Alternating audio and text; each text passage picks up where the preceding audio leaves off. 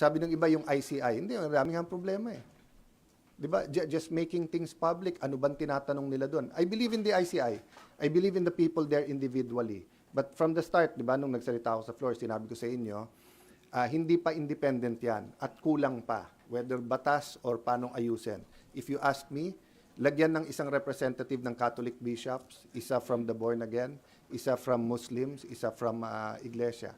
Pero lagyan nila ng plano.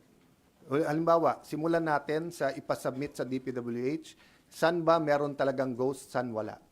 Alin contractor ang definitely walang mabuting ginawa at alin yung iniimbestigahan pa. Pagka moving target tayo sa lahat ng gagawin natin, walang maayos dito. Yung nanggugulo has more than enough money, opportunity, power na guluhin lahat to. Ginagamit yung fear ng tao, yung galit ng tao, para lalong magkagulo rather than magkaroon ng order dito.